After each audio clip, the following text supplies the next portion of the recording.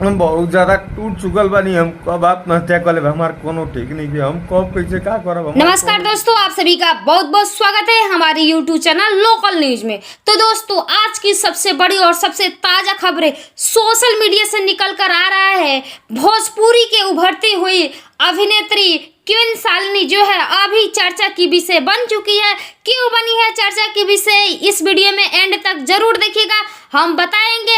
अभी तक आपने हमारे चैनल को सब्सक्राइब नहीं किया है तो हमारे चैनल को सब्सक्राइब जरूर कर लीजिएगा। हर रोज इसी प्रकार के न्यूज मिलता रहेगा। तो चलिए बताते हैं क्यों जो है अभिनेत्री क्वीन शालिनी जो है चर्चा की विषय बनी हुई है। मोनू उपाध्याय और क्वीन शालिनी का जो है प्राइवेट फोटो और वीडियो लगातार यूट्यूब पे और सोशल मीडिया पे बहुत तेजी से वायरल हो रहा है। तो चलिए हम बताते हैं इस वायरल फोटो को कौन कर रहा है।